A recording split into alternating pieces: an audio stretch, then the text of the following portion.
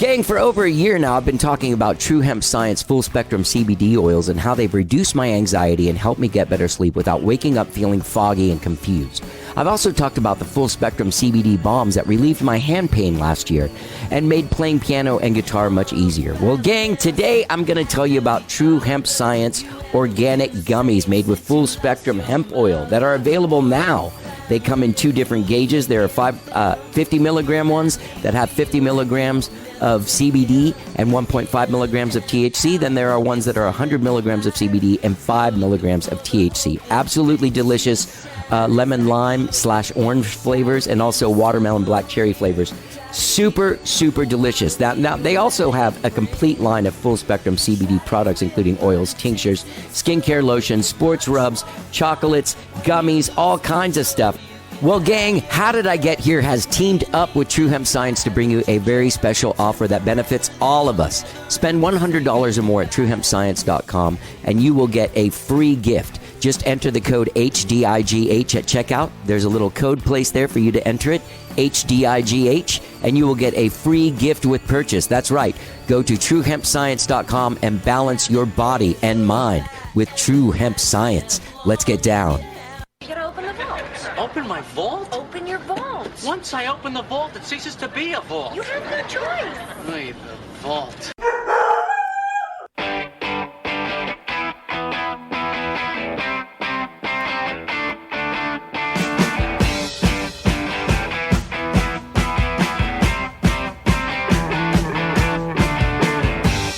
It's time for How Did I Get Here from the Vault? And now, here's your host, Johnny Dowdy.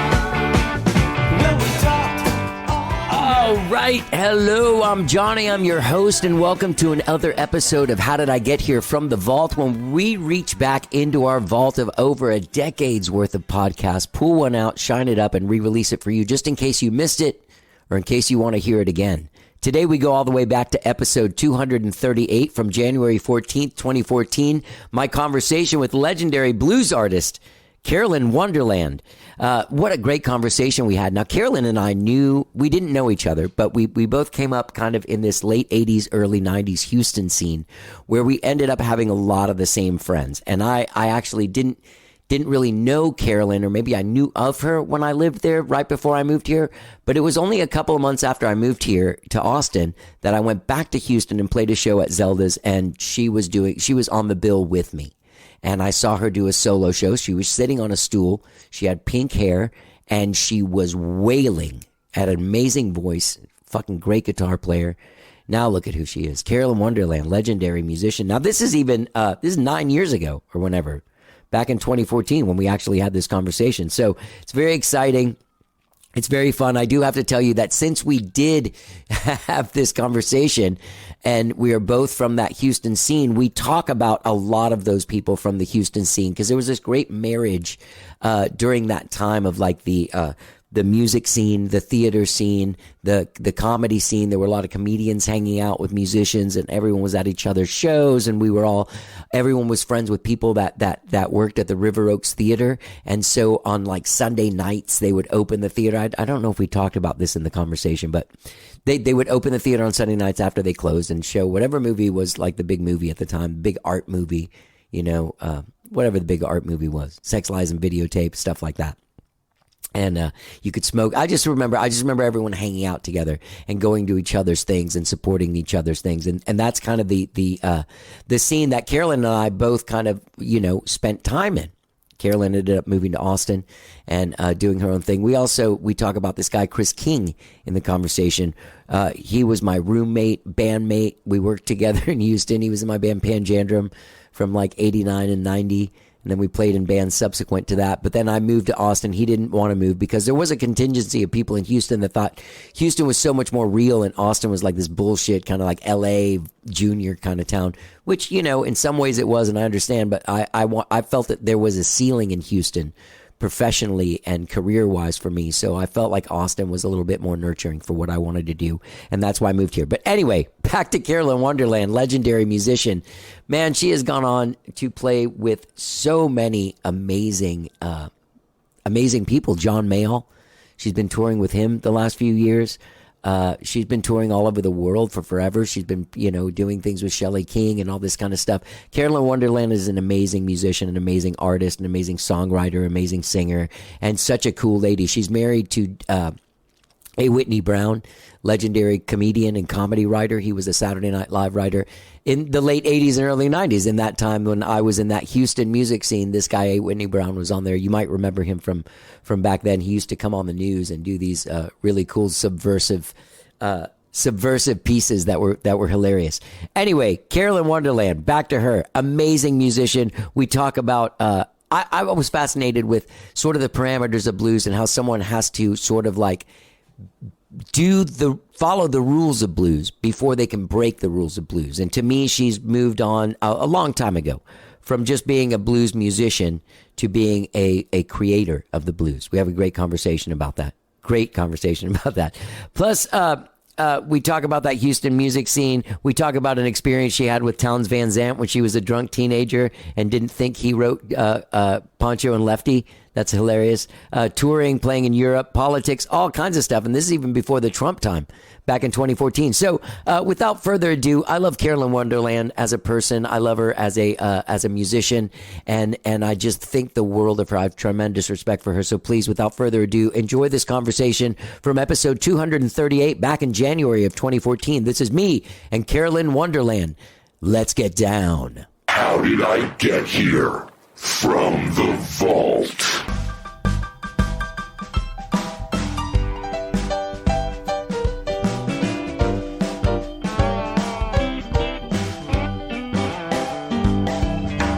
What I know of peace, it ain't hard to understand. Whether it's shared by nations or individuals that stand toe to toe with each other, an olive branch in hand. Because violence, it ain't no solution if life ain't like you. We were doing a show for Michael Nesmith. He has this thing called the Video Ranch where you go and play in this virtual 3D world. It's Right. really, really trippy. And he was the MC several years back. Does he still do comedy? Does he still do any? He mostly like helps if other folks have an idea or something they want to do. He's always looking for something new to learn and something to do. So he's in the backyard napping arrowheads or growing the hottest peppers in the world. I've seen that on Facebook. You guys look like you've got some hot peppers happening over there. Dude, that's awesome. It's like, all I had to do was say, I'm interested. I like hot peppers. And then suddenly it's like, well, how do you like this cross between a scorpion and a maruga? Like, oh, it's lovely. How hot are you guys going? Pretty damn. He's got some Trinidad scorpions. He's got some of the boot jalokias and things of this nature. So probably like 3 of the top 7 hot peppers in the yard. Wow. Yeah, they're cool, and we're going for the 1-drop sauce, so you can go on the road and not have to take a big thing with you, but have flavor. Oh yeah, the 1 drop. Mm-hmm. And he goes on the road with you? On occasion, yeah. What a great thing. Oh, Rob Hooper was telling me that too. Oh, it's the coolest. Yeah. They keep each other in stitches, those two. Jesus. I bet. Yeah. I bet. What a great crew. Okay, so you just played the end of another Antones. Yeah. That's the 3rd Antones that you've played, right? Yeah, and we played one of the last shows at the one before that too. It's beautiful to be part of that family. It's kind of sad to see. I mean, change is what change is, and I know the next place will be good too. So long as Susan's there, I will follow. Yeah. Yeah. Yeah.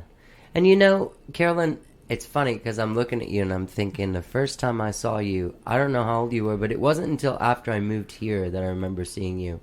Like in 1991, we did a show together at Zelda's. Yeah. In Fitzgerald's, and you stood out. Like, I still remember seeing you that night. That was like 22 years ago. I know, isn't that hilarious? And yeah, it's weird though, because I was thinking about you and just kind of like what a great rise you've had. And you went into a style of music that has parameters, and that a lot of people set out to do something within that style of music. Yeah. Very few actually come out doing something original, because first you have to learn a language, Yeah, blues is like that. Blues is like that. And then you have to turn around and at some point stop regurgitating what you learned and make something your own. And you've done that with guitar and with singing and just all around musically. Like, you've risen past that ceiling of like a person that learned blues, that you're a person who creates blues. Oh, thanks. And I'm really proud of you for that. Well, thank you for thinking so. I think mostly it's the musicians that I'm lucky enough to surround myself with. Otherwise, I might be stuck doing and writing the same song over and over again. Yeah. Yeah. Definitely. Well, what I mean, like in Houston, where did you first get like the blues? Like where did you first get the blues? No, where did you first like go like, okay, this is, so I think that's what you were doing when I saw you. Well, it was by virtue, actually, of those were the few places that would let me in and not, card me. There was a couple of times at Fitzgerald's where I could get in. Little Screaming Kenny's that vouched for me one night, and I had, the 3 giant black X's on my arm and had to stand next to the stage, Yeah. And I loved it. I didn't mind it at all. And then I realized that down the street, I could go see, Townes Van Zandt was playing at Local sitting in, or Kenny Hebert was, at just like literally 2 blocks down the street. It was quite cool. Did you? I lived down the street from that Locals. Oh, with Chris King. Yeah. Like, we lived down the street from that Locals. That's crazy. Was that the haunted place with the window curtains that were moved? Yeah, it was the place on the corner of White Oak and Harvard. That there was, you go. Yeah, we lived upstairs. Yeah. But that place opened right before I moved. But was there a guy with like curly hair? Cat Dad. Yeah. Yeah, man, He was Cat Dad great. ran that place. Yeah. Man, it was really funny too. I remember I must have been like 15 or 16, and I had let's say borrowed a car with my friend, and we went downtown, and I would do that a lot. I'd leave notes in my bedroom, so I figured if my parents ever found out I was gone, there'd at least be a note saying, "This is where I am. I'm gonna play. Coming right home."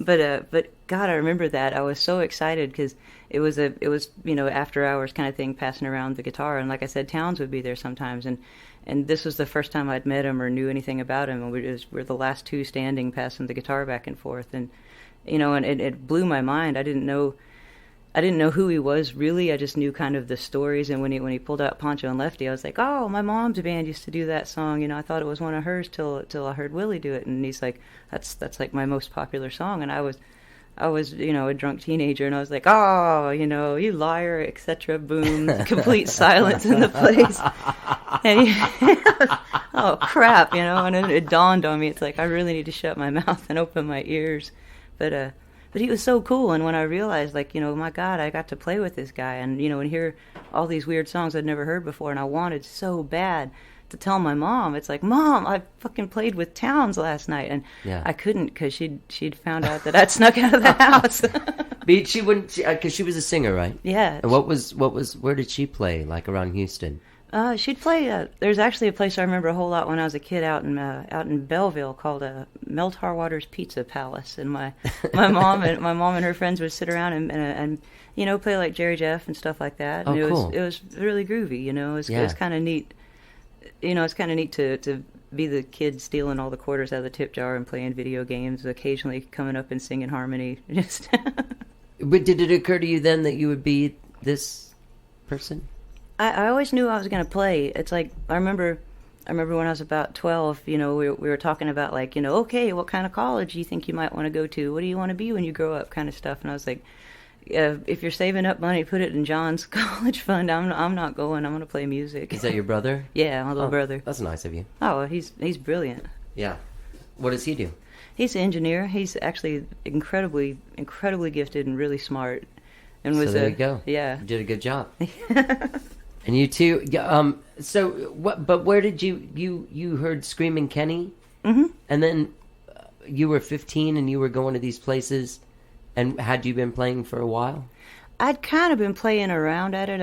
I'd know a few chords and maybe a couple of ways to finger pick my way, out of a paper bag. But I didn't understand anything about like the form, and it was going to Dan Electro's the blues jams and watching like Terry Green and Big Al Bettis and folks like that play. I was like, oh, So I'd sign up on the list. I'd get up there, and they're like, "What do you want to play?" And I'm like, "Well, something kind of like you did 3 songs ago. What key was that?" And I'll just make up words, and that was, and it was fun. It was cool. So that was, it was a breathing art form. And some nights I'd fall completely flat on my face, and other nights it was like, "Oh, I got to remember that shit. That's a song." Right, Yeah. right. Yeah. Wow, what an amazing. And so you were getting encouraged by other people that were there, and because I remember your voice too. I mean, I'm imagining that this is almost around that same time, right? Yeah. I mean, because I guess you're a few years younger than me. Just a couple. I just turned 41. Yeah. Oh, okay. Yeah.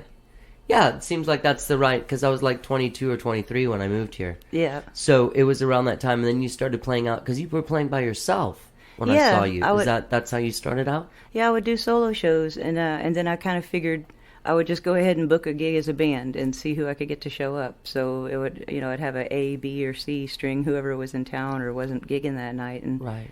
It was a lot of fun. It was kind of scary because some nights I'd be able to play guitar, and some nights I would just be way too afraid. Like if I had 2 great guitar players, why would I stink up the stage with my attempts at it? Right. But I don't know. I think the more you play, the less you suck, and thank God I got to play a lot. Yeah. Yeah, I mean, and how long was it, like, were you working like a regular job and stuff then?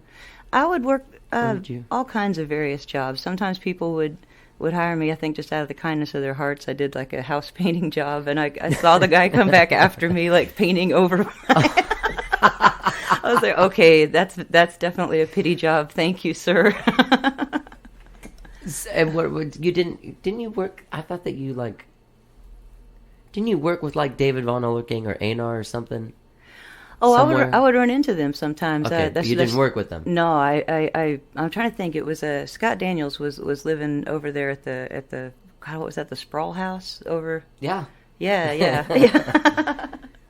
Yeah, and I would run into them folks, and that was and actually it was shortly thereafter. I think that was when I first heard you play, and I can't remember if it was Fitzgerald's. It must have been Fitzgerald's or Zelda's, and then, man, I'm sorry, taking me back a second. That's such a beautiful thing. That was such a fun time of experimenting. And just crazy music and theater that came in with the music in Houston at that time was so fucking cool. All that stuff and Jason Nodler, his stuff is still just freaking outlandish and great, and he's always taking chances. And I don't he remember that he did that name. He did like after Jesus Christ Superstar musical happened. That's right, when I was moving. Okay, so In the Under Thunderloo was the big production that happened next, and it was Scott Daniels was in the house band, as I believe.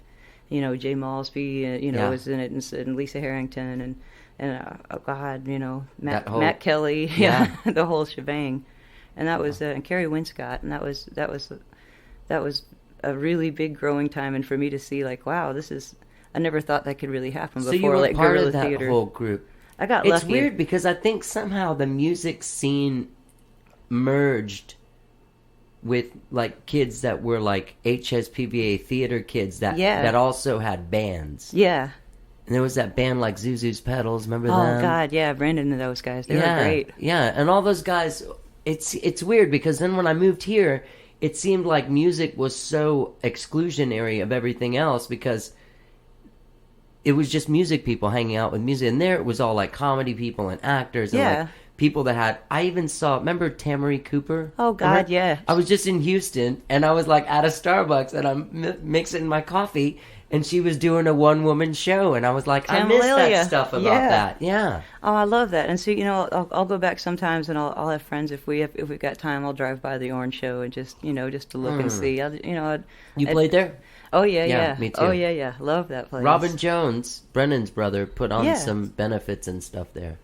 Sure enough, man. Back in the old days. Well, I love that because to me it's like I think nobody told anybody they couldn't do it. So much like being there. So why not walk on water? We were all walking on it anyway. Yeah, and there were some weird, I thought, great bands, but they were like totally weird. Do you remember like Toho Ehio? Yeah. Like Ufama. I didn't get to see them, but Toho Ehio, yeah. Yeah, they were crazy. And they were amazing. They were almost like a Jane's Addiction kind of band. I don't know. Yeah, it was a great scene there. And it was weird when I moved here because it seemed it really did seem very square when I moved here.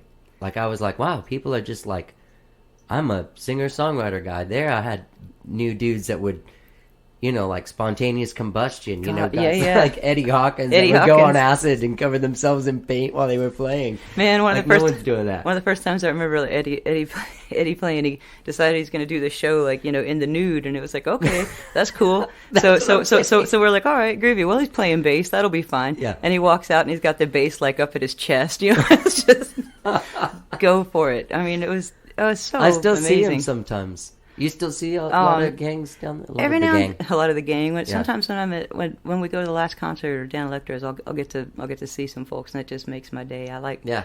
It's funny, as much as I cuss Facebook, I have to say I kind of dig going on and seeing like how all the kids are doing and everything, because you can't see, you know, the kids at the bars all the time. You know.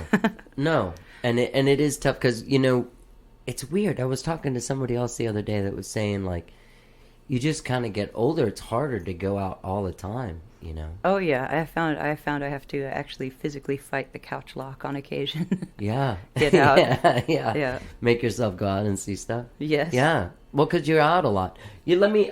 Saw you the last time. Sorry, that I saw you was at Dan Electro's Guitar Bar. Maybe it was like a year ago with Vallejo. God, you know what? It's almost been 2 years. Yeah. Wow. I thought that was a year ago. But it's still the same lineup. It's Cole and Rob and you. Oh, yeah. How long has that been the band? Let me think. I think, I guess, you know, Rob being the new guy at 4 years. Yeah. That's a long time. Oh, it's cool. And Scott played with you for a while. I remember. For years and years. I mean, Jesus, the first time we played together goes back again to that time, the Fitzgeralds and Zeldas, and I would oftentimes have to wait outside, like at Rudyard's, until it was time to play, because it's like I wasn't 21. And God, yeah, he even when I moved to Austin, he would still be in the band, so he did like the Bi-City thing, and we were roomies for a while. Was he like one of those guys like Chris King that just like didn't believe in moving to Austin? Because I remember Chris King like adamantly thought that was just like he was going to be the guy that wasn't. If you buy a ticket to Paradise and pay rent, it won't be Paradise anymore. And I kind of believed that for a little while too. Oh, that's brilliant. But then wherever you live, you know, you got to make it Paradise. Yeah.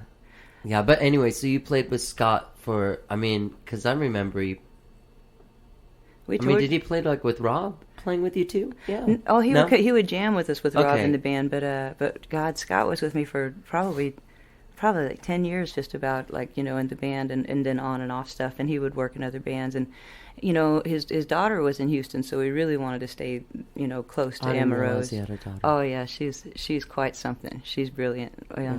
When he passed away last year, it was hard and beautiful. One of the last songs that we played together, we were at a memorial for another friend of ours who had just passed away a month before, Pam Jam, and he came up to me and he says, hey, will you sing Amazing Grace with me? And I was like, this is not a usual Scott request. Sure, you know, what the hell? And he's like, all right, but we're doing it to tune of House of the Rising Sun, like the Blind Boys. I was like, I'm going to kill you. How are we going to show that to a band? Okay, you know, it was great. And seeing the family again, you know, at Scott's funeral, one of the hardest and most beautiful things was getting to see Chris King there and the family, and Chris was sitting next to me, you know, because he's in his wheelchair, and I pulled up a little chair to play guitar. I had my guitar, my formerly perfect guitar that Scott had scratched up. Now I love those scratches on the guitar, but I was playing It's All Over Now, Baby Blue, and Chris King sang so beautifully, so loud, so clear, and knew every word, and that just, you know, we hadn't had much of a communication breakthrough recently in the last few times I saw him, so that just floored me, just blew me the fuck away, and so I love Chris King, and Me too. I'm glad to see, you know, even if progress is slow, it's progress. Yeah. You know, his parents are so amazing. Oh, like dude. Just the most beautiful people, should be sainted. Like, those are the kind of people that really should be sainted. True, to Rod like, and Sharon. You know, yeah, totally. I can tell you a quick anecdote because we just got really heavy. Mm-hmm. When Rodney King was beaten, Yeah. and there was these huge headlines that when the paper, like Rodney King was beaten inside. Chris and I would hang him up in our apartment because of his dad. Because his dad, Rodney King, He had the same name. Yeah, we thought it was so funny to have that same name, Rod King. What a great guy. Huge fans of the band, huge supporters of you guys, I'm sure too. Oh man, they're so beautiful. One of my favorite things is to see the two of them dance at a show. I think we both teared up. I think That's so, weird. man. It's turned into fucking Barbara Walters. Oh. Okay. Let's talk about the last Concert Cafe, because you played there a lot, and you were kind of known for that. Was kind of like your home, right? Your home base. You had a weekly show there. Oh yeah, for years it was the every Tuesday that we could possibly make it gig, and we'd start tours on Wednesday and end them on Sunday so we could drive back. Wow. Do you remember there was a guy that was a lot older than us named William that had a band there, had long beard? Oh yeah, I know Will Reeder. I think so. Yeah, he was also, oddly enough, he was a music teacher in Houston. Listen to this, Carolyn. That guy was. My mom went to St. Thomas when I was like 3. He was my teacher. Awesome. Yeah, he was like me and my 2 best friends' teachers. Where did you live in Houston? Like, I grew up. I was born in Clear Lake. You know, between Houston and the water, and then my family moved out west, kind of Bear Creek, Highway 6. To quote Billy Gibbons, out on the sticks at Highway 6, And then when I was in high school, I was hip to the music that was happening downtown. My friends who had older brothers and sisters would tell me all about it. So as soon as I could get a car, that's where I went. So about 17, I probably moved out at 17. So that was Montrose Heights.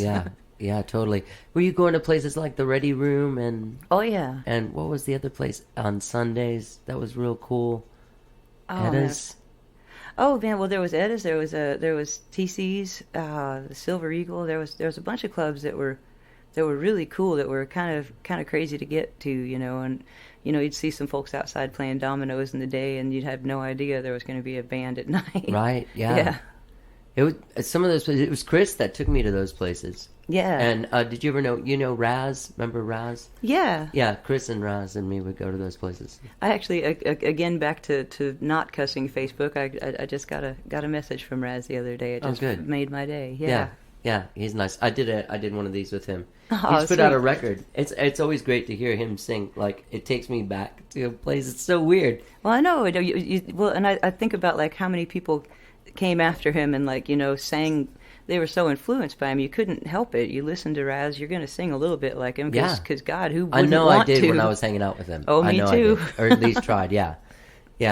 So you had the residency at what years were that when you had the residency at Last Concert? Let me see. I think 92 or something, 93. Yeah, I think Allison Fisher and I started it. I think in 91 or so, and it seemed like every time we'd play, it would rain. That was our deal. Really? Yeah. Why do I know that name, Allison Fisher? I know her. Oh, she's really awesome, kind of Charlie Christian style guitar player. Does a lot of good single line stuff. Plays a hollow body. Terry Green plays in her band a whole lot. They still play. I know her. I'm sorry, I sit here and think about totally. that. But that name, I know. I'm trying to think of a face that goes with it. The Allison Fisher Orchestra. Just think of a big smiling face. Okay. All right. So you were doing that, and then you started touring. Yeah, got lucky. Found a couple of places. We kind of took it like birds. We'd make a little circle bigger each time. To make sure if anything happened with the van, we could still tow it someplace. Right. But eventually we made it out west, and started playing some bizarre things like Sturgis at the biker rally. That was always interesting. Yeah, I noticed that you do that now all the time, right? I used to. I did it for 13 years in a row, and it was a lot of fun. I kind of felt like I was there playing for the girlfriends of the guys who didn't necessarily want to be there, and right. And we'd have fun, and some of the don't get me wrong, there was a lot of folks who still we had a good time. We played rock and roll. It wasn't anything heady or any But the last year we had played right after Ted Nugent. We were kind of the cleanup act, and he had said the most racist, xenophobic shit I had heard in my life. Can you remember any of it? Because I hate him. Oh, I can't bring myself to say the shit that he said. I mean, it was bad, and I'm cussing. It was awful. It was just, and he's, recruiting people to go kill. Insert dehumanizing phrase here, and I just couldn't take it. So we got up to play after. Oh, because maybe it was the war yes. time. Oh, okay. yeah. Oh God, I can only imagine. So I Jesus. So I got up on a stage, and I basically started the set with "fuck you, fuck your wolf," and I've not been invited back. And I love those guys, I really do. But I mean, I don't think it's wise. They probably don't. They haven't asked, so I probably am not going to go back. This actually leads me to one of my notes, one of my points on my notes, stars that I made myself. I remember during the war seeing you a few times, and you were very outspoken. And then throughout Facebook, sorry, my allergies are killing me. I feel like I sound like a. I'm with you. Teacher, can I go to the bathroom? Let's go outside and saw down some juniper trees. I know.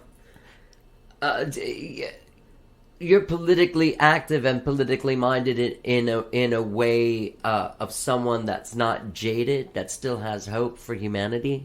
Yeah, you think gotta, you do? You got a lot of positive, and I mean, like the way that hippies are supposed to be, not like Yeah, it's not naked naive. at some electronic dance festival in the woods, but like really a person that kind of lives like they believe. Well, I think it's it's important if something like sticks in your craw or something like really means something to you. You should, and some people aren't going to like it, and that's okay too. They don't have to. Yeah. But and I don't think it's totally naive. But I mean, I have been more hopeful this last year, especially in change in Texas. The possibility of it is just, it's ripe. At all the protests this last summer, I have never seen more young women and people who traveled from all over the state to be there. All summer, I was freaking encouraged. It was really great. Yeah. It seems like maybe people from our generation at a time, maybe like in the late 80s, there was something to fight against or something. But then really like throughout the Clinton times, people weren't that involved. I know I wasn't. I seemed to like not really got involved in other things and didn't really like worry about it as much or feel like I could make as much of a change, that when things came back around, I felt like I was cynical to the point where it didn't matter what I did. But then I see somebody like you that still has some kind of hope, like, hey guys, come on, let's band together, we can make some kind of difference and change. Well, because I mean it's strange to me, but it seems that like all politics and all that stuff really it's local, and it's like while you might get, it's easy to get distracted and disappointed by large scale things. The stuff that you can affect is people next to you are hungry, fucking feed them. You're upset about something, well you got to go do something, or you can't really complain about it. Right. You can't expect other folks to do it unless you're going to, and so that's kind of a note to self too. I've been trying to get my fingers a little more dirty. Sure. Yeah. I mean that, and that's the thing to me that seems like people really miss out on, is that it's not as glamorous to deal with getting a light post put in on your street. No, but as it's it important. Is to have like Obama or whatever, or not even Obama. It's like some bill passed that's gonna make you feel better about who you know what I mean. That you can't do so much about. People seem to neglect because it's not glamorous and exciting, but you can actually go get a light put on your street if you really put your mind to it and put effort into it. And you can make it, if not glamorous, you can at least make it fun. I mean, there's times where I realize it's like, oh, I ain't got a ton of money to give to folks, but I mean, you get together a couple of your friends, you put on a show, and you can raise more money than you ever do. Yeah. We try to make it a point as a band, and I've been really lucky that Cole and Rob are both in like that. It's like, so at least 4 times a year we pick something that we're going to do that we believe in, and you start with those 4 and you end up with a good 8 or 12 on any given year, just because people need it. There's an overabundance of folks who need help. Yeah, there is. There really is. And there is something that you can do about it when they're around you. Yeah. So let's go back. Sorry, I'm not very following this very linearly, but No when worries. did you move to Austin? Like, when did you say goodbye to Houston and actually move here? It was in '99. I knew I was going to split. Oh, really? Yeah, I knew You I was. seemed like you lived here in the middle '90s. I would come play here a lot. A and lot. Like we were saying, the being afraid to pay rent in paradise and it not be Yeah. paradise. Yeah. I stayed in Houston for a while, and then I realized I was writing the same damn song, and I was like, this is it's time to split. I don't know if it's a change of scene, if it's just seeing the world or going out. And so I wasn't sure. I was thinking I was going to go to Amsterdam or maybe New York or San Francisco or something. And then I ran into Doug Somm at the High Sierra Fest, and he was like, "No, Austin's still the promised land. You ought to check that out for a while. And hell, if it doesn't work out, it's a much shorter drive back home." Definitely. And he was right. He was right. Yeah, what a great guy. God. That's a guy I miss. Yeah, he was a huge lesson. I mean, my favorite thing about seeing him at High Sierra was he made everybody who was in line to get his autograph feel like he was there to see them. And Yeah. I just thought that was so cool and so infinitely patient. There was Yeah. a line out the tent, Yeah. I would freak. Yeah, he would always make you feel so special when he'd talk to you. Yep. Yeah, I was in a band with Shandon for a while, He and he is came so out to awesome. one of those shows. Yeah, yeah, he's almost like a young Doug, crazy. Like Oh that. man, he was. We occasionally end up in Amsterdam, like around. I always end up there on my birthday, and it's So Doug's is November 6th. Mine's just shortly thereafter, and we would find ourselves there sometimes with Speedy, sometimes with Shandon, sometimes with whoever might be there. But we'd always have a hoot night or part of the night where it was just Doug Somm Oh, songs. awesome. And in Amsterdam, everybody knows the words. I mean, I was shocked. It's not just Goodbye San Francisco. They all know the words too, but like stuff from The Return of Wayne Douglas. I mean, I was just like, Wow. this is cool. Wow, did you grow up seeing him or knowing his music? I knew his music, but I was always I would see him and then I was too scared to say anything to him, you Yeah. know. And then finally playing on a bill with him was where I felt like I was okay to say hi. That and he broke the ice just so well at the hotel. We pulled up and he saw the Texas license plate. He comes out like in his boxer shorts and his cowboy boots and he's, and he's just dancing, and I was like, "Oh my God, Mr. Somm, what a pleasure!" And he's like, "Oh, I'm sorry, ma'am." I was like, "Nice shorts." What an awesome guy. Oh yeah. I saw you at one point touring with Buddy Guy. Yeah, we got super lucky on that. Were you on a whole tour with him for that? We just swang through. We swang through. Is that a word? Swung through. Swang through. I like that slang. Making We up just words. swang We just through. swang on through. We did a southern leg, just like mostly Texas, Louisiana. I think maybe some Arkansas. Have you, because I know that's all part of being like a blues person. You almost you get the blessing from the older guys and like the okay, like, hey, she's okay. He was like that. Hey, she's okay. He was really sweet, and he was actually really complimentary about the stuff that we did that wasn't necessarily blues. He's like, it's like, I like your voice on that, the stuff that you write. And I was like, oh, well, thanks. And then we promptly shared a cold for the rest of the tour, and I presented him with a bottle of Echinacea and Golden Seal, and he turned around and had me a bottle of whiskey. Thanks. Man, I remember, I've seen him a couple of times, but I remember even that night, I think that's the loudest I've ever seen someone play guitar. Oh yeah, he's quite. And I've seen really loud people, but I think that's the guy. Yeah. Like the loudest guy. I think so, man. I think I don't know. It might be a toss up between him and Eric Johnson. There was an Eric Johnson show that maybe it's because it was like in the old Antones. Maybe Have you it ever just seemed jammed with like it. him? We've done a couple of shows together before, but I wouldn't know what in the world to play with.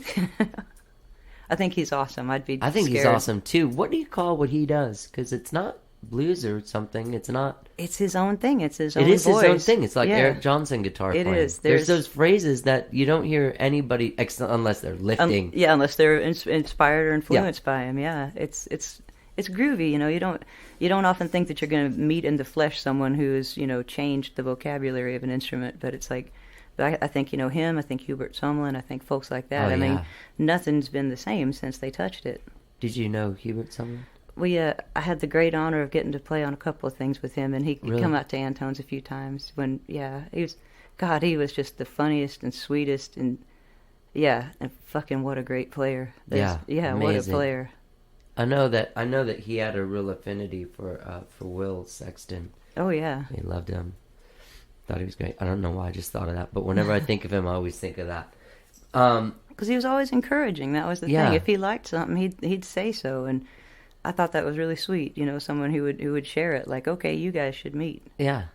So who are your heroes? Who are your heroes? I know that there's wow. got to be a bunch. Yeah. But just like, I mean, as far as like, I don't think I'd play guitar if I wouldn't play the way I do if it wasn't for blank.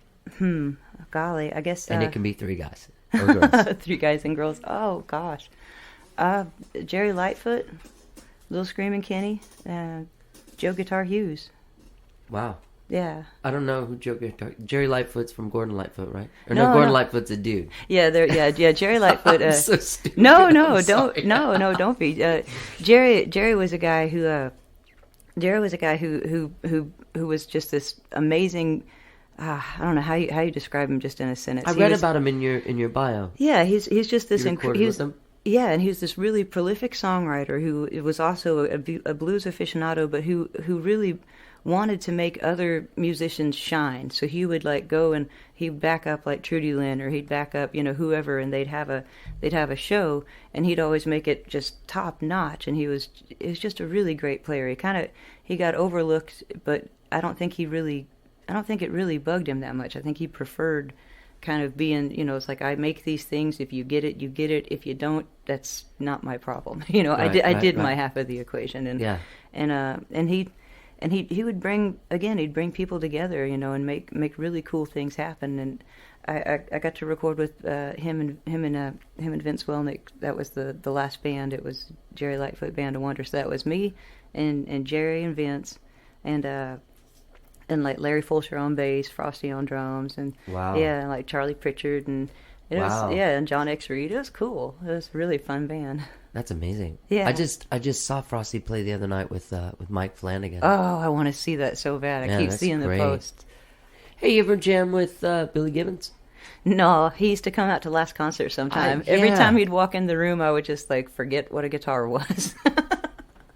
I don't know why that is. I think I he might was be able at to a do it show now. I played, but I'm glad that I didn't know until afterwards. Yeah, that's the thing. If I didn't know he was there, I might be able to play guitar. But when I see him, it's like, ooh, this is me trying to Yeah, 'cause what trying would to you lift. do? Yeah, it's like this is. I mean, I grew up in Houston. This is like every lick that you can do so much better. So he would come see you play. Wow, that's just a weird. It was scary. It was. Did Scary. he ever say stuff like, "Hey, all right"? Because he's the nicest guy Oh in the yeah, world. yeah. He would be really sweet, and I would usually just like turn 7 shades of red and go thank you, and turn around, and I don't know. I hadn't seen him in years. I'd like to try again and not be such a 12-year-old. Does sex ever prevent anything for you being a woman? I don't Have you know. noticed? I don't know. I don't think so. I mean, there for a while I went through a phase where it was just my purpose in life was to try and dress like Neil Young and just not be a sexual being at all. Exactly what you're It's talking like about. Yeah. it's like fuck makeup, fuck and I put on makeup today. I've been actually practicing the last No, couple but of years, but I used to just I would hate it, because but playing in biker bars and places like that, I figured it would be safer to just wear an Albert Collins t-shirt, some loose jeans, and go play. It's about what we sound like. It's not about what we look like, Yeah. And I did that for a really long time, and it felt good. And then I started thinking, well, maybe every now and then I might want to wear a dress or do Yeah. something nice. Why should I have to be tied to anything? I just want to play.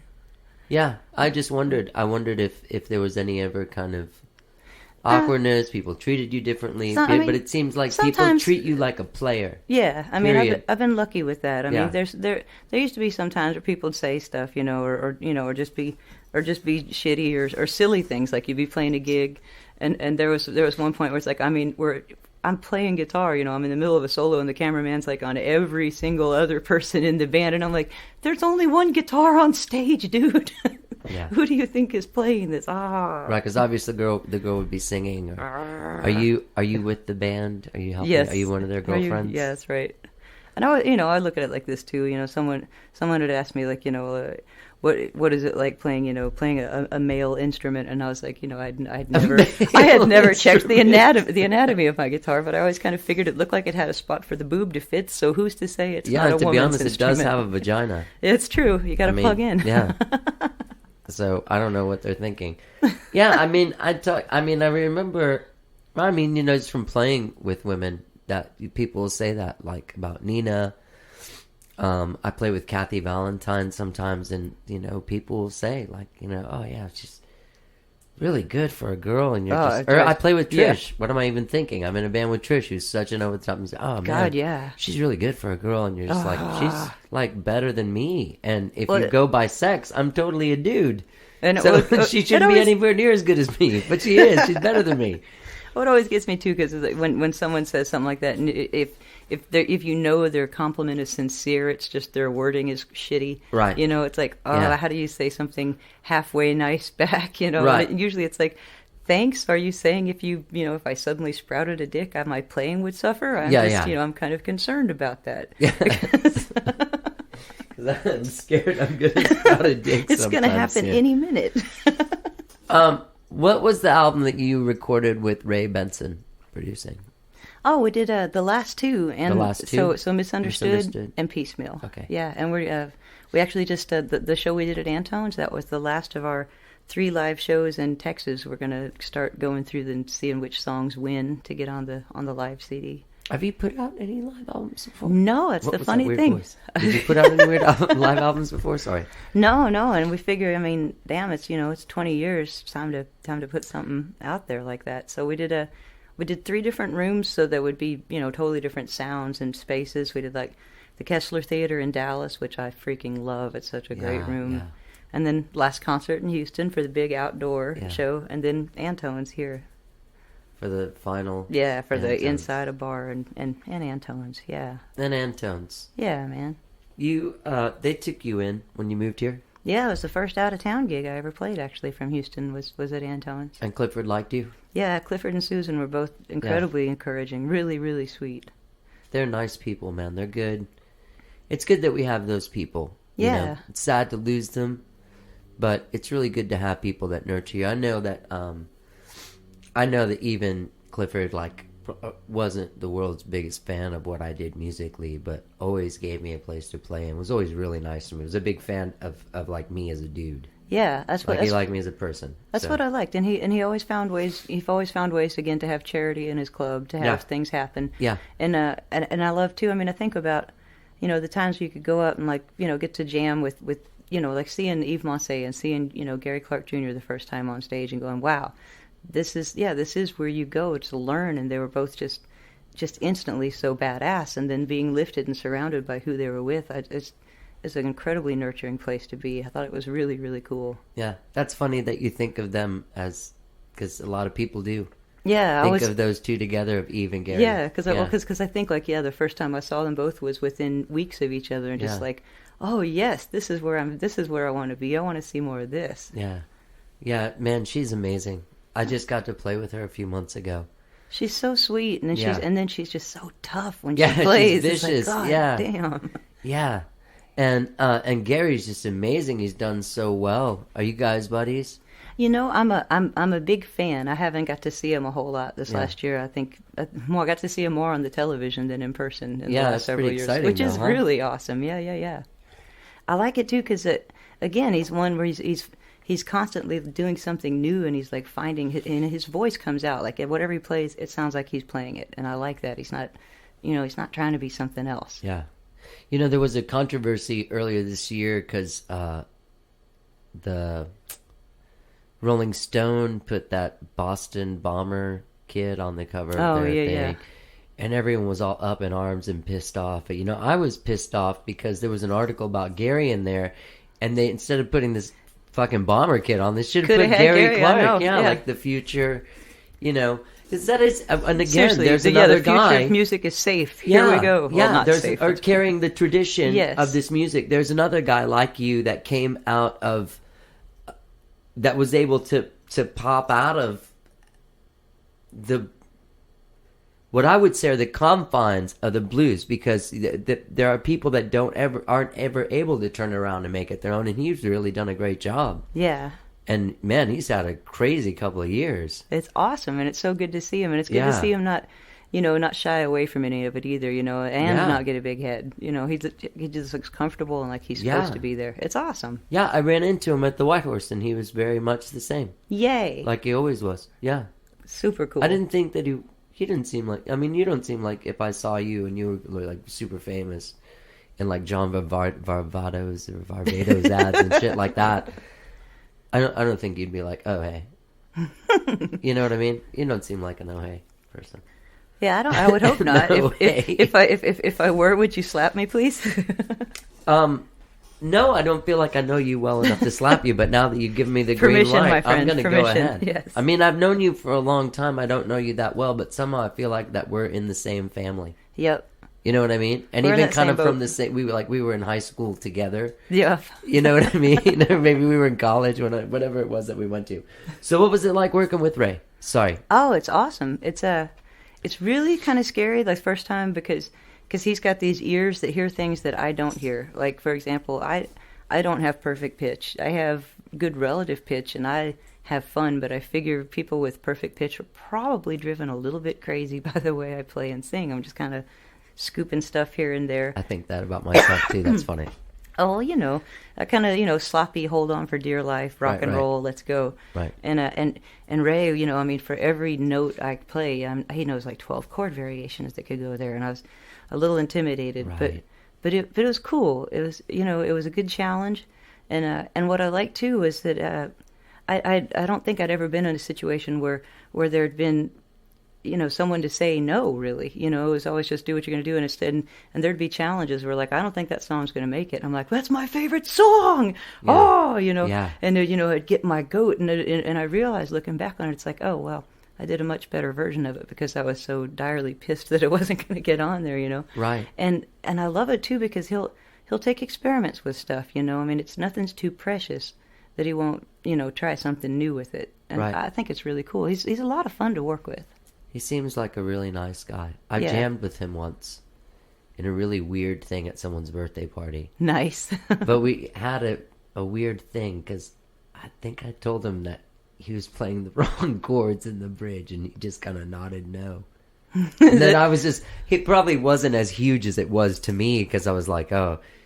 Like one time I was at Whole Foods and I was talking to my grandmother on the phone, and she loves Tommy Lee Jones. I saw Tommy Lee Jones like looking at tomatoes, and I was like, holy shit, you want to say hi to Tommy Lee Jones? My grandma was like, yeah. Nice. So I'm walking up to Tommy Lee Jones. I got my phone. I got this big smile on my face, and he just looks at me and nods no. And I stopped in my tracks. I turned around and I was like, you can't say hi to Tommy Lee Jones. He just said no. Yeah, he Yep. didn't even have to say it. It was like the force or something. Like, Yep.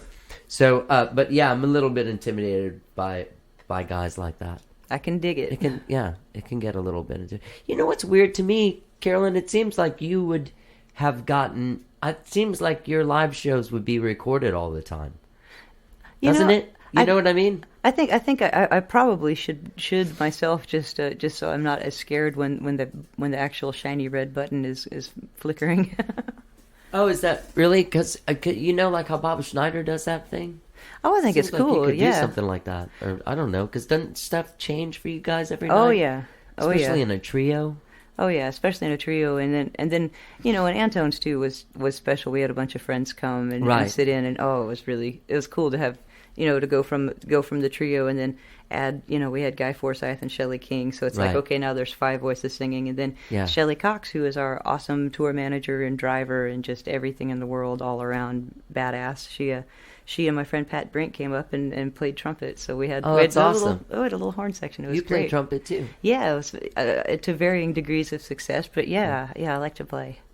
What's with the whistling? I mean, there's a lot of write-ups about your whistling. I know, it's funny, and I don't do it all the time. It was just, when I would start off and just be accompanying myself, it's like you can't really take a solo while accompanying yourself, so I just started whistle solos. I do it, but no one's ever even been like, hey, that was a good whistle solo tonight. But I was like reading on this stuff, I'm like, what the hell kind of whistling is she doing that I'm missing here? Yeah, I'm no long hair. I don't know what they're hearing either. No? No. And you play a lot of festivals? We've been lucky to, yeah. Yeah. I used to be worried, sometimes we do play a lot of blues festivals, and some of those, I mean, they'll take chances and have other kind of stuff going on too. But I would be worried sometimes, like, oh dear, we're not going to be folks' cup of tea, because Right. you know, or some folk festivals you go on and you think, oh God, we're the Motorhead of the night. This is Right, this right. is going to be interesting, but by and far, man, it's been really cool. It's been trippy, and sometimes, you know, it's fun to alter your set for what you think may or may not be working, or, you know, play something you think absolutely won't work, sandwiched between two things that you think will. Yeah. Yeah. Yeah, that's true. Do you do a lot of festivals in Europe too? You were saying that you play in Amsterdam. Do you do a lot in Europe? Yeah. We go a couple of times, you know, 3 or 4 times a year, and we've been hitting a lot of Norway lately. That's a lot of fun, and it's so beautiful. It's too expensive to hang out, but good Lord, it's beautiful and really, really fun to play, and they really appreciate it. It's like they show up to hear music no matter where you are. Really? Yeah. Oh, what? So there's big crowds and they're fanatical. Do they like know the songs and stuff? And do they buy records and? Yeah, they buy records. I was kind of surprised. There's been a couple where folks would sing along or request songs that I was surprised by. Like, whoa, that's an old one. Where did you hear that? You know, it's bizarro. Yeah, I guess it's different now too with the internet. Anyone can get anything. Yeah, it's trippy. Do you have a lot of fan sites? I didn't look. Did fans build stuff for you? I don't think so. People make dolls of you? Oh God, I hope not. I don't know. I don't think so. They have clubs trying to interpret my lyrics. What the hell is she saying on that song? When do you think that this album's going to come out? I'm hoping it'll be out spring. We always shoot for South by, but it might be shortly thereafter. It depends on how long it takes us to go through and figure out which are the best out of those 3 nights. And if there's enough songs, you know, it might have to be a double. We'll see. Double album. Oh, it's hard though. You know, the publishing. If it's heavy on originals, we could probably do that. Whenever I'm recording a show and I'm conscious of the fact that it's recording, I get in like rabbit holes, you know, or like spirals where you're like, oh shit, I just fucked up. I can't believe I just fucked up. That's terrible. Yeah. God damn it. I got to remember this song is the song that I fucked up. And then by that time, Yes. you fucked up 4 more times. Oh yeah, totally. Our first night of recording it at Kessler, I was like, all right, cool, breathing, did the yoga, all right, ready to go, warmed up, did, you know, everything possible you could do. Yeah. Come up on stage, everything feels good, instantly unplug myself. just loud, gigantic fart noise. I was like, okay, well. So this is the first song So on the there's album. so like there's that. That's done. That's out of the way. That do you tour everywhere? Because you're doing a do you tour? You do tour everywhere, like the East Coast and the Midwest. Like at this point, yeah. you tour the entire United States. Every place that'll have us. Yeah, we try to. I mean, you know, you try to make runs that make sense. We're going in January again. Following the birds is not a bad idea. You know, stay south in the winter, go north in the summer. So, Oh, okay, yeah. Yeah. So I thought you meant like the birds were reuniting and going on tour, and you were going to follow them. Totally. Seriously, I didn't know which I'm one. going to sell cheesecake in the parking lot. Yeah. No, it looks like you're going back to California. Yeah. And doing a lot in California. Yeah, it'll be our first time back in LA in a really long time. We're gonna go play the Mint, so that'll be fun, and then go visit with all of our friends up north. We'll get to play Yoshi's and Moe's and places like that. And those are places you played for a long time? Oh yeah, for years. Whitney's from up there, right? Isn't he from the San Francisco scene? Yeah, he's well, it's funny. He was born in Charlotte, Michigan. Grew up, you know, did a lot of stuff in San Francisco. When I met him, he was living in New York City, or just outside in Greenwich. Right. Yeah, and now he's a Texan. Now he's a Texan. Does he like it? Oh, he does. I got to say, he knows more about gardening than most natives, and I was really surprised. His battle with the nematodes the last few years has been pretty amazing to watch. We have more Elbon rye than I think I've ever seen in my life. What else do you do in your time? Writing? Who are you writing with? Are you writing with people? You know, I haven't been. I need to, and I keep thinking once I get like this album done, I got like notebooks with stuff that, you know, may or may not see the light of day. Is this album, the live album, is it new songs that you're putting on there? There's some new ones, and then there's some that like some Little Screamin' Kenny songs that I hadn't done, and you know, like She Wants to Know is a song that I loved so much when I was a kid, and then I was like, oh, we played it every night for so many years, and then I just, you know, kind of put it away, and then it was fun to pull it out with Cole and Rob because they hadn't heard it. They didn't know how it went, you know, or how it used to go, and it's exciting to me. So it's like a whole new song, and I hope Kenny likes it. We'll find out soon enough. Hopefully he will. Yeah, I hope so too. Yeah, I'm sure he's probably be flattered. I hope. You know what's weird is I get blown away. Cole makes the feel you always expect the feel. He's playing left hand. Yeah, bass? left hand bass. He runs it through a bass cabinet on its own, like a nano bass to make the tone like he likes. Right. And then the right hand's usually doing piano and layered with organ on a Nord, and it's really cool. Huh. It's something else too. I gotta say, it's trippy having three people and then having everybody sing too. It's a lot bigger sounding sometimes than the three people, but you can break it down to nothing, and nobody has to feel like they're not contributing. Right. Yeah. Totally. Everybody's always in it. That's great. And they're solid. They're so into it. I know Rob is. Oh yeah, man. He loves it. Good, because that's a thing that's going to help you. Oh God, getting to live together on the road is most of it. I mean, getting to play music is oh God, it's the best. But right. the travel is. I mean, yeah, that's who you live with. That's your life. So, yeah. So it's awesome. You better like each other's cologne. Yeah, totally. Not to mention, weird people with weird habits. Yeah, it's true. I mean, fortunately, I got to say, I'm definitely the pothead in the band. So I think it's okay. Oh yeah, I think that's about the extent of us. And you're on time to shows and stuff. What do you think about this Colorado? I'm excited to go back, Sound like my friend. grandmother. I know. And so, what do you think about this Colorado with the pot? I think it's exciting. We played one show there last summer with some folks who were less than happy about it. But you figure that's democracy. Not everybody's going to be thrilled. Yeah, there are some people. I saw at the airport. People were like, "Come on, don't open a place in the airport." And I mean, honestly, like, they haven't in Amsterdam. In my thing, if we're going to keep it in the up and up. And do everything, and it's still like, I guess they have to balance those federal laws against the state laws, because that's just weird too. Because but maybe they shouldn't have it in the airport, just because people will take it. And to me, it's like if they're gonna give us enough rope to hang ourselves, we might as well not really hang ourselves. Might as well might as well try and make it work. Stay in the confines. Yeah. But it's interesting, the things that I've read. And the way that they have to keep their I think like 75% of their supply has to be grown themselves to keep cartels and stuff out of it. I think that's perfect. I think that's groovy. Yeah. I mean, there's 100 different ways to go about doing it. I actually kind of like the way they're doing it in Uruguay too. What's going on in Uruguay? It's like he set the price at $1 an ounce. So basically, it's like there's no money in it. So if you want to do it, it's because you want to do it. Oh wow. Yeah, well, I mean that's a really quick way to get the criminal element out. Yeah, definitely.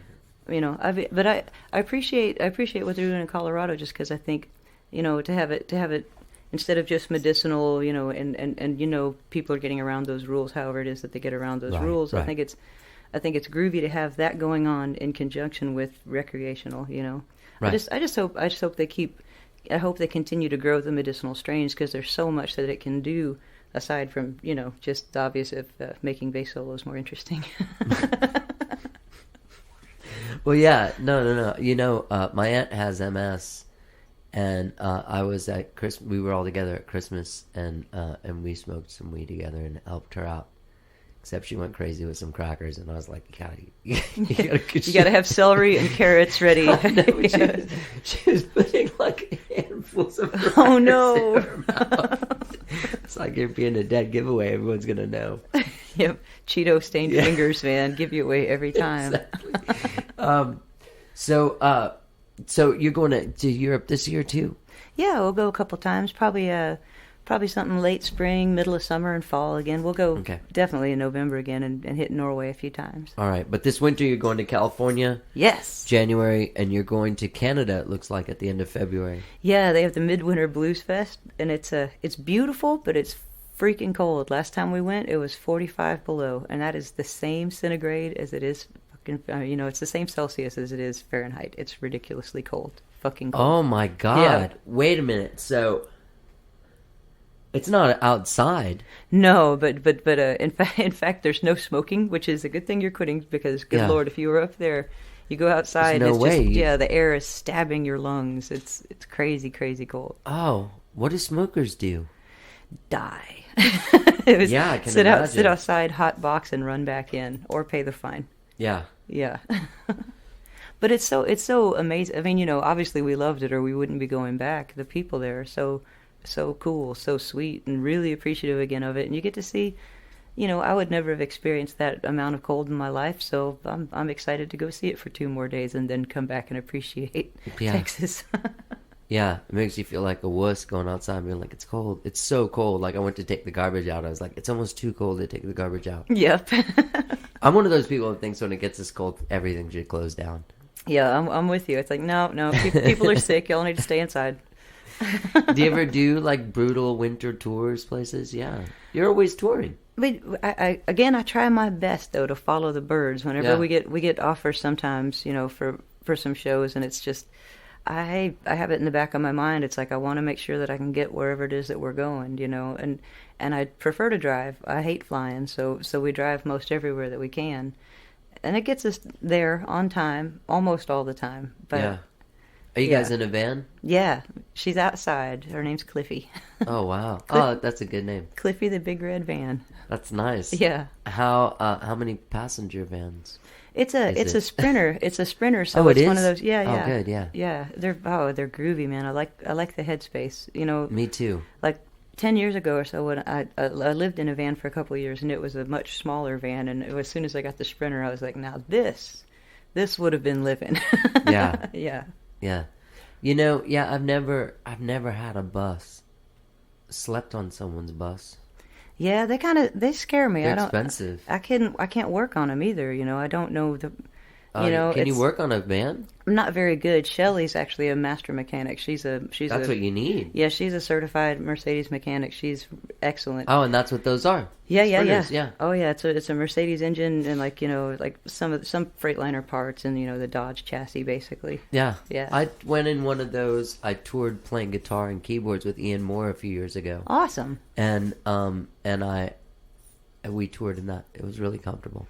Oh, they're groovy, and it still gets. I mean, you know, I've had her for. She'll be 10 years old this year, and she still gets like 22 miles to the gallon. You know, that's great. Freaking awesome. Yeah. Hey, let me ask you this: what are you listening to?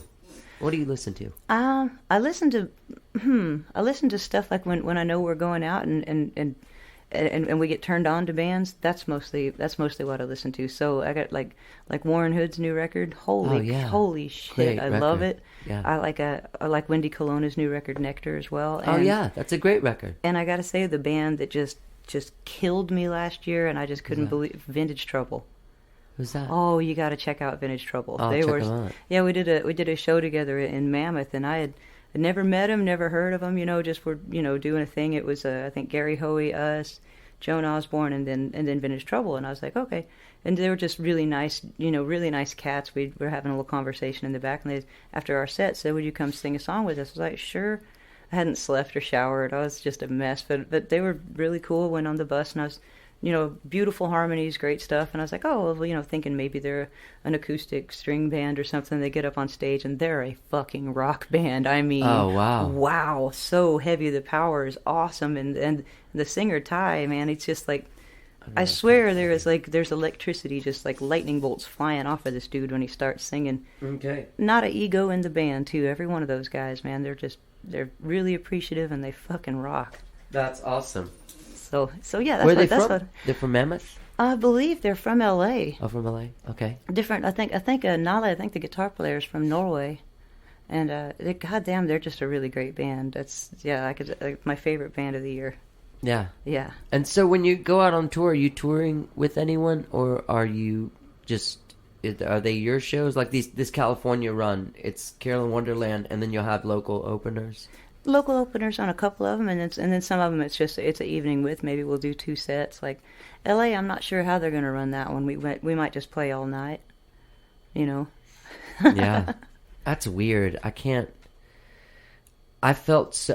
I've felt my musical, not even I guess heritage, like what I grew up in, what I learned growing up musically in Texas, and the way that we did musically. Yeah. JJ's, the Cantina Santa Fe. Yes. You play 3 sets. And then I'd go there and see these people play 20-minute sets and have like all this have like a record like this on stage with them, but like with less tracks, you know, even in the late 90s. Yeah. Playing like all these like maracas and tambourines and organs and backing vocals and shit. And Yeah. some of it would drive me crazy, but I would feel like, wow, I come from a place where like this is not... That's not live music where we come from. Yeah. Where I come from, they're like, you get up there and you fucking play. You play. And You if break a can't string. You play those 5 strings. You know? Exactly. You break a string. But what do you mean you only have 2 songs? Well, you got 3 hours to fill, buddy. So go. You better play those 3 songs, 10 times each. Or, Yeah. You know what I mean? Like, oh yeah. I feel like we grew up in this, like, what was the oldest school left? You know what I mean? I can dig that. Of music. Of, like, get out there and, because we were out on the road in vans in the 90s, touring and going to JJ's and, the Shreveports and Oklahoma cities of the world. And, God, yeah, in any club that'll have you. I got one of my favorite lessons early on with that, when you had the 3-hour nights to fill, was okay. So one run we did like a punk bar, we did a country western bar, we did a rhythm and blues bar, and we did a rock club. And I was just like all those like in a row, and I was like, oh Jesus, and you're thinking, should I play the same? I'm not going to play the same set. I'm going to have to change some things up. Right. What are we going to do? Chuck Berry went over the same every video. I was like, what I need to do is write some fucking Chuck Berry songs. That's what I need to do. Yeah, those are the ones that transcend any culture. Yes. Yeah, or taste. It's true. Yeah, that is true. How weird is that? So any other plans for 2014? I'm really glad that you came and did this. Jesus, thank you so much. It's fun. Yeah. Yeah. Yeah, I like you, and I don't see you enough. We'll have to make it. We'll have to fix that. Yeah, I think about that when I'm home. It's like, God dang it! I really should just have folks over to the house so that I can. Then I have no excuse. It's like, what? I'm not leaving. You're coming over here. We're gonna have food. Yeah, exactly. Yeah. Yeah. What's funny is Ian said this thing. He was like, I hadn't seen him in like a year or 2 since we had done our thing, and I was like, man, I miss hanging out with you. He's like, I know. I need to sort of find a way to work you back into the band, because really that's the only way we're going to get to hang out is to go on tour together. So maybe if Shelly ever needs a break, there you go. I could come along. If you ever need someone to test peppers. Oh, dude, you just got to come over to the house and test peppers then. Yeah. That's a good thing. Or we can always start a charitable endeavor. I think it's another great way that you can find each other, getting to hang out. That's true. Yeah. Yeah. A charitable endeavor. Yeah. Well, this has been a great way for me to, one of them, get to sit down and talk to people for a long time that I've known for a long time that I haven't got to talk to. Yeah. And then also catch up with friends I haven't seen in a long time. That's super cool, It's man. a secret way of doing it. I'm not actually even recording it. I'm just hanging out. Just hanging out. Yeah. It's just, yeah. I'm really that disturbing to know. Hey, will you come to my house and talk to me? Is there anything I'm leaving out? No, if anything, if anybody's still, thank you is most of it. Thank you, and thank you. Thank you. God, people taking a chance on live music. I hope they still get to do that. I hope it stays something that people are interested in. Well, I think that if people like you and are out there being electrifying performers, that are being transcendent performers and taking people to... I'm serious. I'm not just blowing smoke up your ass. There's, it's hard to rise. It's hard to rise through and get noticed, especially doing a traditional kind of music like jazz or country music or like, blues music, where you come out and you can take a language and turn it into your own and really shine that way is a huge thing. I mean, you know that. So I'm very proud of you. Oh, and thanks. And I wish you all the success. And plus you got married to A. Whitney Brown. It's so fucking funny. That's He's so the weird. best. That's the greatest surprise of my life. I would have never guessed. God, it's so weird. I saw him one night at Hotel Vegas. You weren't with him. He was with some dude, and I went up and said hi to him. And then it was one of those things where I went up and said hi. And then I stood there like he's supposed to be like, oh yeah, let me tell you everything you want to know about me. Whatever you expect from someone that you like. And so then I turned around and walked away, and I went up to the bar. I was like, God, you're so stupid. Why you got... It was like one of those conversations. Well, you'll have to come over to the house then and have his peppers. That's where his... Yeah, meet a regular guy. Oh, dude, not just be intimidated. Oh yeah, he's the best. God dang, man, he could save our life with his camping skills. I think on the road, it's just and he makes camping so fun. Really? Yeah. So do you camp on the road? Sometimes we For fun? You like it? Yeah, if we it's not often that we get to do it, but sometimes like you would have like a run of dates, and Yeah. it's like okay, well if we've got like a Sunday through Wednesday where there wasn't any offers that were didn't make sense in the routing or whatever, it's like, well, let's find a good park or someplace we can drive to, and we got really lucky. We got to go camping like South Lake Tahoe. Oh, And that beautiful. was the best place. It's like, man, oh yeah, this is roughing it. Yeah, that is amazing. That's perfect. That's awesome. And so what do you guys hike all day and everyone just goes and does Yeah. their own thing? And Oh, I totally got us lost too. It was going to be just a couple of miles, and then I'm sitting there just sunburned, out of water, still going, uh-oh, I think we've entered a new part of the park. Oh, it was in the summer? Oh yeah, it was, Lake Tahoe it was was amazing in the summer. beautiful. Yeah, amazing. Well, Carolyn, thank you so much. I wish you a lot of luck. People can find out all about you, CarolynWonderland.com. More than I know. Yeah, more than you know. Thank you. I love you. Thank you. Love you too. We're gonna get ourselves together. I come up with a perfect plan. Only God. Oh, Carolyn Wonderland. What a magical artist, man. That is a true talent, a true, real deal musician. I love her. I've had Rob on the show, and now I just need to get Cole on the show. I will have all three of them on here. They're playing great together. They've been out playing together now for years. They're all over America. They're in Europe. Look for them, Carolyn Wonderland. She's an incredible artist, man. You trust me. You go see her. You will feel better about yourself for having done that. All right. I'd like to thank her for coming down. Guys, buy our music and do that stuff, and be sure that when you're on the interwebs and you're at the iTunes, you get on there and subscribe to this podcast. And also, really, I do want to welcome all the new listeners. There's a lot of new listeners over the last couple weeks, a lot, and enough to say, hey, man, welcome to the show. Thank you for tuning in. I hope you're enjoying these shows, and I hope I keep bringing you great shows coming up. Great, a lot of stuff, okay? Like our Facebook page if you don't already. You can follow me on Twitter and Instagram. I'm at Johnny Gowdy. Don't forget, subscribe, rate, and comment on iTunes. Now let's have a little bit more Carolyn Wonderland. I'd like to thank her again for coming down. I love her. She's fantastic. Trust me, go see her. You will feel better about yourself as a human being. All right, here's more Carolyn Wonderland. Let's get down.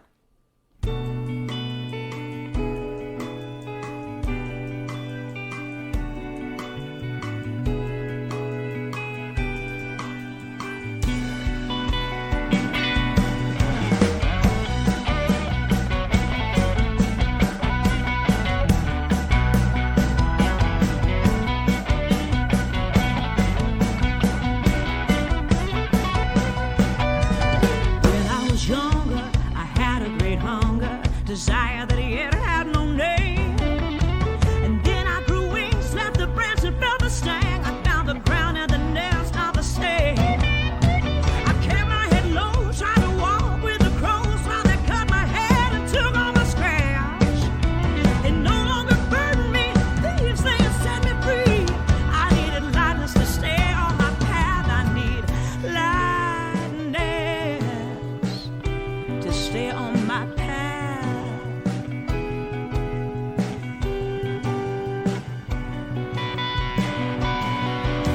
An open way always gathers more wind and rain. But can